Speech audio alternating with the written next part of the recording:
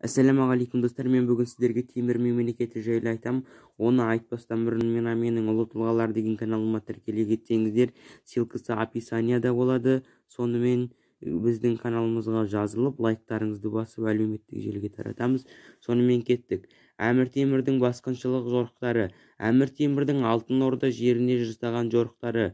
Әмір Темір Монғолияның түркіленген барлас тайпасынан шыққан Тарғайбектің баласы. Ол 1336 және 1405 жылдар аралығында өмір сүрген. Әмір Темір 1370 жылы Мәуереннахрды басып алады. Содан кейін 35 жыл бойы 1405 жылға дейін жеке дара билік жүргізген.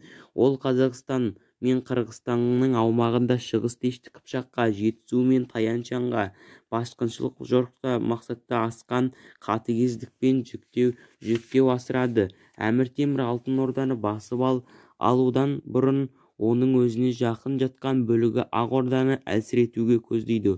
Оған себепте табылады. Ол туралы өткен жылдар айтылған. 1375 жылдың басында Ұрыс ханның Әмір Темірге Тоқтамысты қайтаруды талап еткені және өз әскерінің Түркістан жеріне таяп қалғанын ескерткені елші келеді. Әмір Темір бұған жауап ретінде Тоқтамыстың 3-ші рет қаруландырып, енді өз бірге аттанады. 1376 жылы Ұрыс ханның дүние салуына көп ұзамай оның үлкен ұлы Тоқтақияның қаза болуы Ақ Орданың жеңілуіне әкеліп соғады. Әмір Темір Тоқтамысты Сауранды таққа отырғызып, оған Жошылысының қалған жерін жаулап алуды тапсырған сол өзі Мәуереннахрға қайтады. Ақ Орданың жаңа ханы Ұрыс ханның ұлы Темір Мәлік 1370 жылы Сауранда Тоқтамыс ханынан жеңіліс ұшыраған 29 жылы білген болатынбыз.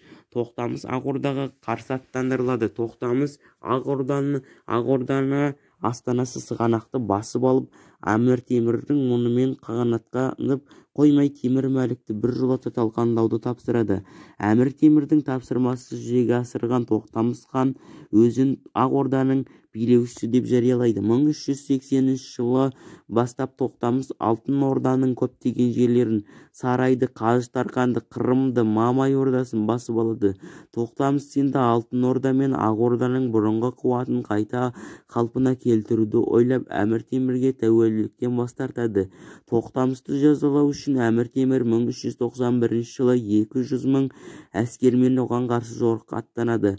Құндызша деген жерде Тоқтамыстың әскерін қуып жетіп қирата жеңеді. Алайда ұрыс алаңынан Тоқтамыс ханның қашып құтылуы Әмір Темірді көп олжадан қайтады. Тоқтамыс хан қашады.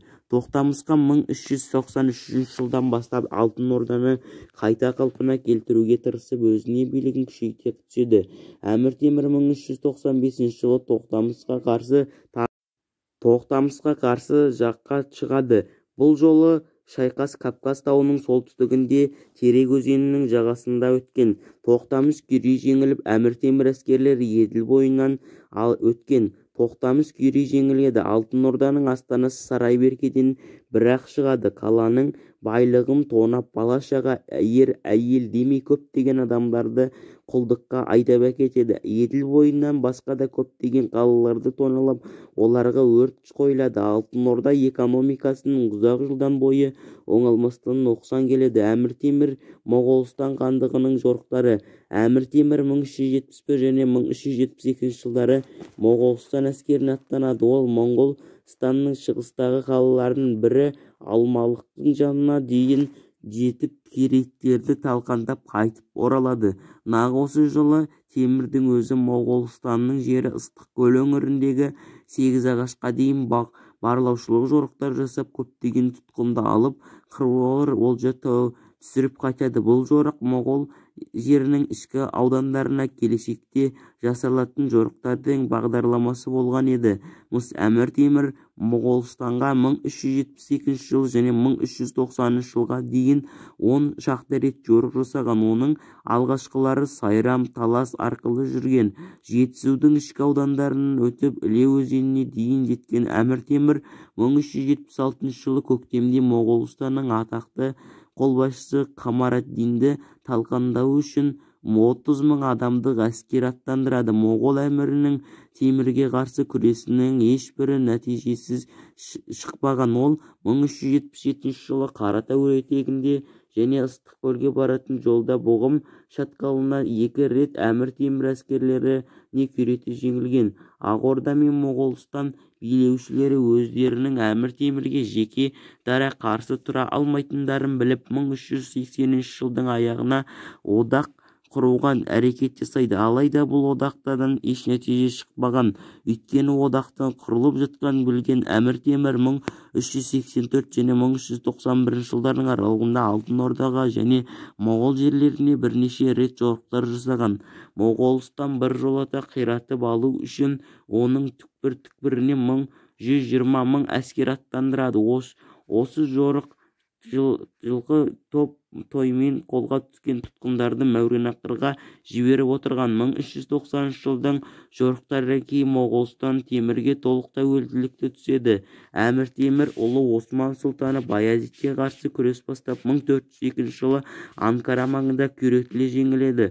Өмірінің соңғы жылдарында Әмір Темір үздіксіз соғыспен халықты қозғалысына аяусыз басу жолымен құрған мемлекетті Мәуереннахр, Түркістан, Иран, Ирақ, Ауғанстан, Заказия және Үндістанның бір бөлігін қосып алады. 1404 және 1405 жылдарында қысында Әмір Темір оңтүстік Қазақстан жерін жаулап алады. 405 жылы Қытайға жорыққа шыққан қайтыс болады. Бұл Қытайға тонап келген соғыс қаупі жойды. Әмір Темірдің орасан зор империя құрды. Тарих ғылымында Әмір Темір Алтын Орда, Ақ Орда, Моғолстан осы аумақты мекендейтін көшпелілерді отырықшы Орта Азия аудандарына шабуылдай тойтару үшін жорықтар жасаған деген пікірлер қалыптасқан. Бұл қате пікір болмаған шығар. Әмір Темір жорықтарын ашық тонаушылық, басқыншылық сипатта болады. Әмір Темір жорығының зардаптары. Әмір Темір Қазақстан жерінде ұзақ жылдар бойы жасаған жорықтары оның 405 жылы Отырар қаласында қаза болуына аяқталады. Бұл жорықтың Қазақстан үшін, ондағы өмір үшін сүрген ру тайпалар үшін адам айтқысыз ауыр зардаптар болады.